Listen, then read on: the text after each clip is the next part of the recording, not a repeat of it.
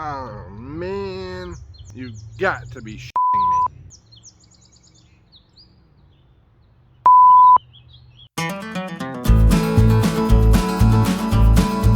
So it's been a little while since we've gotten you guys down here into the garden, show you what's going on. So I wanted to give you a little tour, see what we've got growing, some things that we're excited about, and some things that we shouldn't even be growing here. But we are. But first I'd like to do something that's a little bit out of my comfort zone and talk about some of the mistakes I've made. I know. It's hard to believe I could even make one mistake, let alone 5. But I was able to think back and scrape together 5 mistakes that I've made in our vegetable garden over the years, and most importantly, how I learned from those mistakes. Some pests, some errors. Stick around for number 5, the huge mistake I made that caused our garden to produce roughly half of what it should have 2 years in a row. That's bad. So this first one doesn't count. But honestly, I think it's the biggest mistake I've made. And that's that I wish I had started gardening sooner. Every year you only get one shot at it.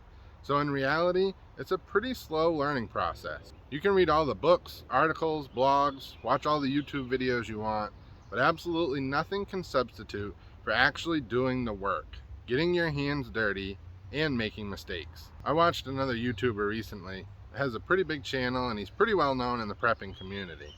I won't mention any names, but he's Canadian and he's a prepper.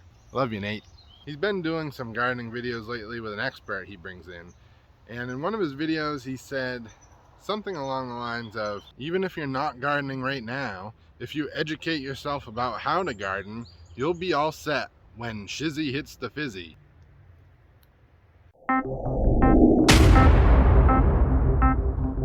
That's not word for word, but that's the gist. That statement just couldn't be further from the truth as far as I'm concerned.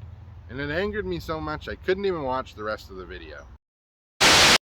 Yes, it's important to watch and read and learn how to garden, but the only way you're really going to learn is by doing it.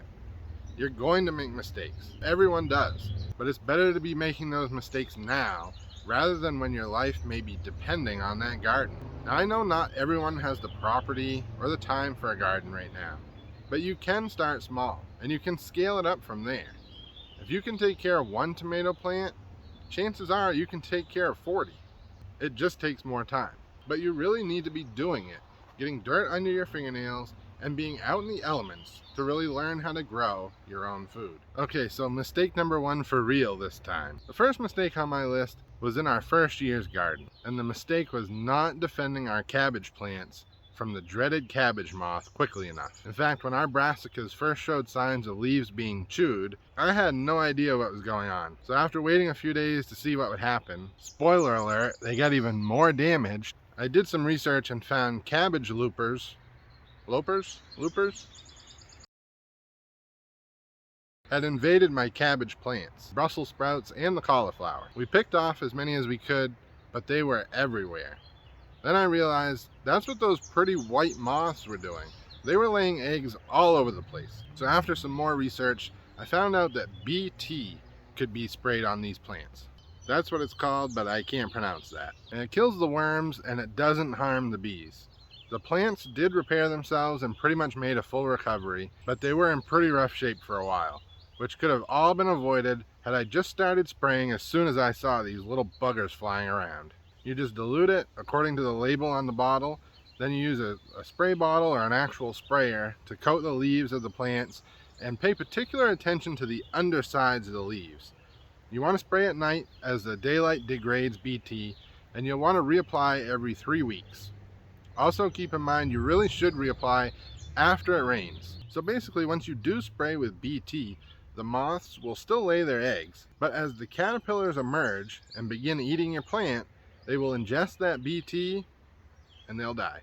Alright, so the next mistake that I'll never forget, and Mrs. Wicked Prepared won't let me forget it either, also happened the very first year we had a garden. Noticing a pattern? At that point our garden wasn't very big, so I did my best to squeeze a big variety of plants together into a pretty small space.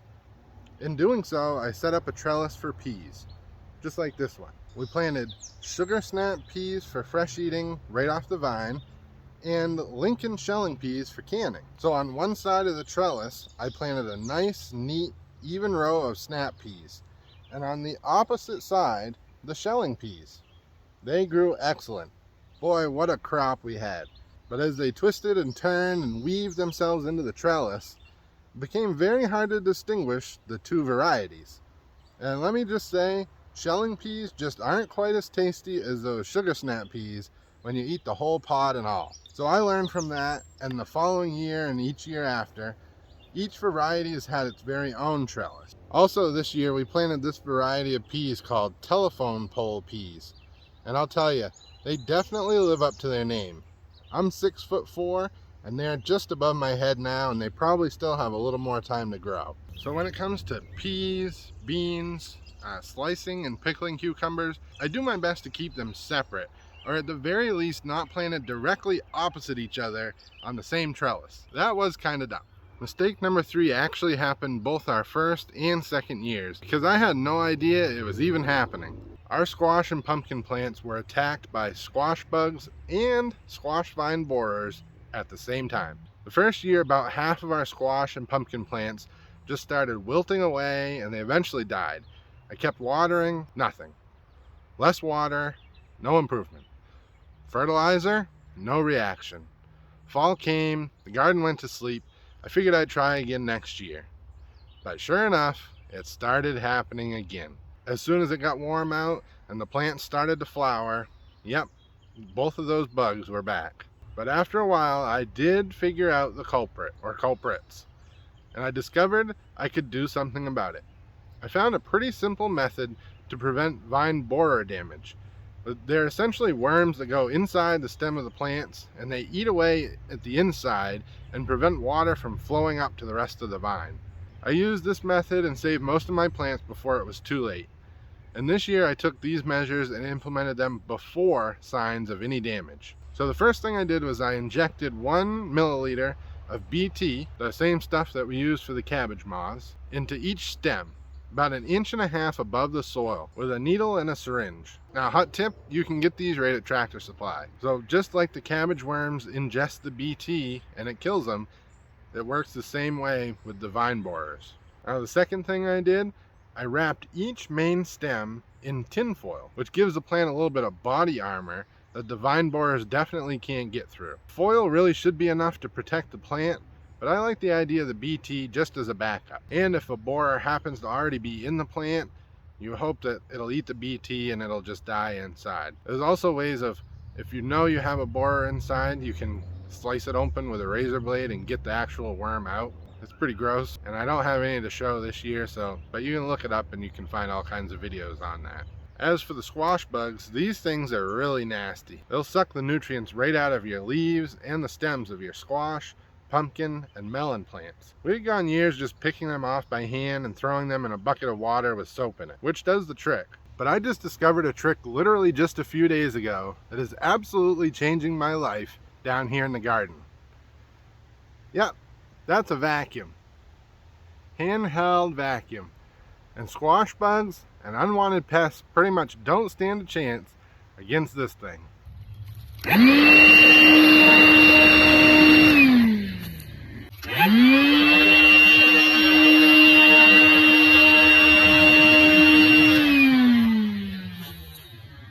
Seriously, just try it.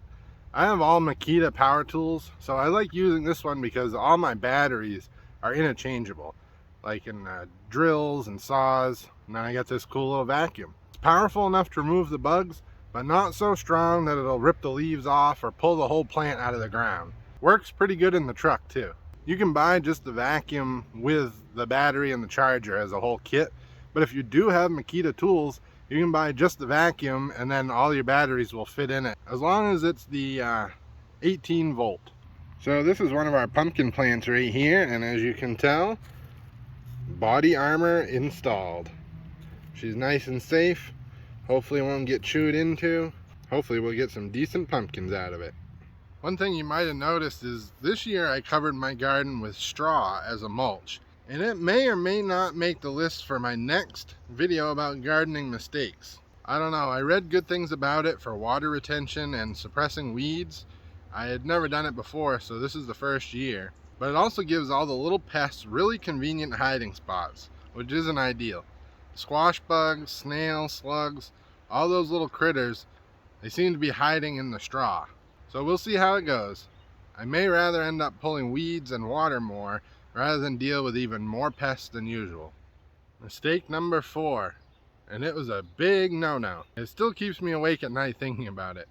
This is embarrassing, but I pruned our determinate tomato plants the same way I pruned the indeterminate plants.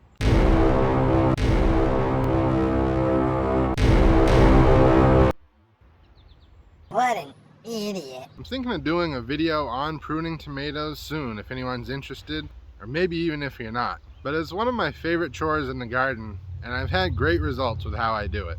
Without getting into too much detail, because I know you're anxious to see mistake number 5, the way I prune my indeterminate tomato plants is by clearing out all the foliage near the ground and then removing all of the suckers, like this right here, that grow in these crooks. If they're small, you can just pull them off. If they're bigger, you may have to cut them with some pruners. But if you keep up with it, you can do it quite often, just pull them off like that. That makes for a very neat and tidy plant with plenty of airflow, with more fruit and less leaves. But a determinate tomato plant has a certain height it's gonna reach, and that's it. So that year I made the mistake. When I removed all those suckers, I removed any chance of those plants bushing out and producing more fruit. We ended up with about 2 tomatoes on each of those 3 or 4 determinate plants that I so diligently pruned. But I'll tell you, it was neat and tidy. The right way to prune a determinate plant is to still remove foliage along the ground to prevent fungus issues. But you only want to remove suckers and branches that are below the first flowers. If the plant is young and has no flowers yet, I'd suggest to wait and prune until after the flowers emerge. Oh man, it is hot out today. I really wanted to talk about the tomato plants while I was standing over by, the tomato plants. But I just had to get over into this corner of the garden, gets a little bit of shade, so it's like my place to get some relief. So hot I had to put my camera in the refrigerator just to cool it down. It was overheating. And I was overheating, so I grabbed my cool towel. Mrs. Wicked Prepared picked this up for me, and I keep it in the refrigerator in a little bag. That way it stays nice and cool. So like an extra long one to fit around my fat head. Kind of like a chamois cloth type material, but it keeps the water in it really good. It doesn't dry out nearly as quick as some of them that we've used. She just talked about this in one of her last videos. She put together a kit for staying cool even in a grid down emergency, and this would definitely be one of my first things to put on the list. But she included some of these in that video, and there'll be a link to that somewhere up here and down in the description, and I'll put a link to this towel down in the description also. And anything that I've talked about here, the BT, the vacuum, it probably was some other things, but I'll put links to everything down below in the description so you can go check them out and see what you think. Okay, now for a bonus mistake. Part of the reason, or part of my excuse for why I pruned those tomato plants incorrectly was because of how I labeled pretty much every plant I grew in our garden. I got these small markers because they worked great for the plants I started inside under our grow lights. I got a bunch of them on Amazon. They come with like a big box of them, and I went with it. Well, as the growing season went on, some weeds grew, a bunch of walking through the garden, stepping on stuff and whatnot. Well, pretty much all of my small markers were either gone or buried in the dirt or somehow disappeared. So I knew these definitely weren't going to work this year with adding the straw mulch. So this year I still used these small ones because I still had a bunch of them, and I used them for the plants that I started inside under the grow lights. But when I brought them outside to put them in the ground, and anything that I direct sowed into the ground, I used these big markers to put the name of the crop, the date it was planted, whether it was an heirloom or a hybrid, and of course on the tomatoes, whether it's an indeterminate or determinate plant. so that I know how I need to prune it. Okay, and now the mistake you've all been waiting for. What did I do to severely limit the production of our garden? If I hadn't made this mistake, we would have come close to doubling our food production over the years. What I did, or didn't do, well, two things: companion planting and succession planting. So for instance, this year, instead of a row of tomatoes and then a row of lettuce, I planted my lettuce right alongside my tomatoes. It opens up more space for other crops, and it gives the lettuce some shade and protection, being underneath kind of the umbrella of the tomato plant. Another example is the Three Sisters planting method of planting corn, squash, and beans all together. The corn provides a trellis for the beans to climb up, the squash provides mulch and shade for the soil, and the beans fix nitrogen to help feed the corn and the squash. There are quite a few little tricks like this that can help you conserve space in the garden and maximize your yield. Now, succession planting is a little bit different, but basically how it works is when a crop has been harvested and stops producing, you immediately cut or pull out those plants and put a new crop in its place. It doesn't work with every crop or in every climate, but for instance, what I'm doing here is I planted the peas on these trellises early in the spring. Now they're pretty much at the stage where we'll be harvesting them like any day now. It's getting pretty warm, and real soon the production will cease and the plants will just kind of die off. Then what I'll do is go through and cut those plants out, throw them in the compost pile, and come along and plant cucumbers right in their place. They'll benefit from the extra nitrogen provided by the peas, and they'll be able to climb right up those same structures. I'll be doing kind of the same thing with our cabbage and broccoli plants. When they've done their job, I'll get rid of what's left behind, then go through and plant carrots and radishes in their place. You got to really pay attention to what your growing season is and how long it takes for a plant to mature, but you get the hang of it eventually. There's a lot of info online about it. Another form of succession planting is staggering your start dates. You basically do this so that you can get more of a constant flow of fresh vegetables instead of having everything ready to harvest at once. I don't know that that really helps the garden produce more, but it certainly helps with evening out our harvest and keeps us from getting so overwhelmed with canning and preserving what we pick. It kind of spreads it all out for you. So those are my 5 mistakes, and I'm sure I'll make more, so there may be another video like this soon. But real quick before I let you go, I wanted to give you a peek at a few plants that we're growing here that we're pretty excited about, and a couple of them we shouldn't even be growing here, but I do it anyway. No, it's not illegal, it's just against the rules. Alright, come with me, check this out.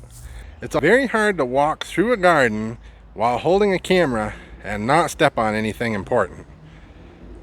So I'll meet you over there. This is our tobacco plant, and while Mrs. Wicked Prepared certainly doesn't like any kind of tobacco, I do smoke the occasional cigar, but we were also thinking it might come in handy for bartering, you know, if shizzy hit the fizzy type of a thing. But I started this plant inside quite a while ago, and it's still pretty small. I mean, it's definitely grown, but I think some slugs, or maybe that beetle that's right there, have been eating at the leaves a little bit. So again, we'll see what happens. Hopefully it'll grow, and maybe by the end of the season I'll have enough leaves to dry and maybe make one cigar. Maybe a half of one. The peanut plants. I've got a few of these scattered through the garden, and they're really not meant for our growing zone, but I start them inside in the late winter and then transplant them out here once it warms up.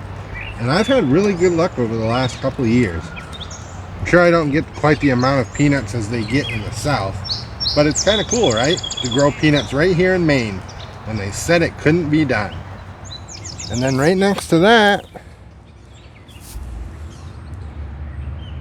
this is our edamame patch. That's right. Now, it's kind of an experiment. I started half of these plants inside a few months ago, and then the others I direct sowed right here in the garden. I gotta say, the ones that I put directly in the ground are pretty small, but the plants look a lot healthier than the ones that I transplanted, like this one. So we'll see what happens. But edamame right here in Maine, and they said it couldn't be done. Actually, I'm not sure if they say that, but We'll go with it. I got one more cool plant to show you, but I just want to make sure everybody knows that we do have the regular stuff too. It's not all novelty items. This is all corn. I got about 100 corn plants. Of course, tomatoes, peppers, squash mostly in that end, peas up there, beans down there, cucumbers gonna go up there, and we've got some growing already. We decided to start a few fruit trees this year, and this apple tree is doing awesome. See, it's got a lot of new growth. These were bare root plants, and this one is doing great. This one, well, not so great. It's got some growth there at the bottom, but the rest of it's pretty bare. So we'll keep working on that and see what happens. Down there along the edge in the landscape fabric, we've got amaranth growing. I gotta come through and thin these out. There should only be one of those plants in each of these sections, so I'll go ahead and thin those out really soon. We got some potatoes, as we say up here. Actually, that's probably more our neighbors even further to the north, but potatoes and sweet potatoes next to them. No, that's not really how I say it. And we got melons and squashes and eggplants, tomatillos, cabbage, broccoli, all that stuff. All kinds of good stuff out here. But are you ready for that cool plant I was telling you about? This is pretty cool. This here is the toothache plant. The what? Also called spilanthes. This plant produces that bullseye flower. There's other varieties, but this is the bullseye one right there. Pretty cool looking. This is a plant from the tropics, and it's supposed to do okay as an annual here in our zone, and lo and behold, we have some flowers coming out. The plant itself is probably a little small to be flowering, and in hindsight I could have pinched off those buds early and let the plant put out a little more energy into growing, but I was just so excited to see that first flower, I just couldn't bring myself to pinch it off. We'd never heard about this plant before, but legend has it, these flowers, when eaten, create a pretty intense numbing effect inside your mouth. We've read that people use it for everything from teething babies to helping with cold and flu symptoms. This one is pretty much ready to harvest, and tonight is the big night. We're gonna try it. That's the type of excitement we've got going on in our lives. But I love it. I love my life with Mrs. Wicked Prepared. I love all the viewers and subscribers we have out there, and I absolutely love this garden. I hope you enjoyed this video. Hopefully you got something out of it, or at least had fun hearing about all my mistakes. But that's the key with gardening. You're going to make mistakes. That's been extremely difficult for me to accept, but I'm getting there. I'm growing. Mark Twain said, "Continuous improvement is better than delayed perfection." And I've found that to be pretty accurate with growing a garden and with life in general. You can either wait around and overthink and overplan and never get a project off the ground, or you can just jump in, get started, make mistakes, learn and keep improving, and be making progress. It's not easy, but that's what I'm trying to do. If you like this video, be sure to give it a thumbs up. It really helps us out. And if you haven't already, hit that subscribe button and the little bell next to it. That way you'll know each time we have a new video come out. I've got links down in the description for any of the products I mentioned. And as always, if you have any questions, want to share any mistakes of your own, or just want to let me know your thoughts, please feel free to leave a comment down below. And stealing a page from Mrs. Wicked Prepared's playbook, if you made it all the way to the end of this video, let me know by leaving me a sprout emoji down in the comments, or just say hi. How was that? Did I do it? Did I do it right? I'm Rob with Wicked Prepared. Survive today, thrive tomorrow, and never stop growing. Wicked Prepared, out.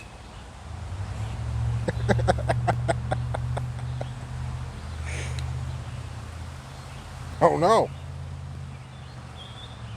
Jera.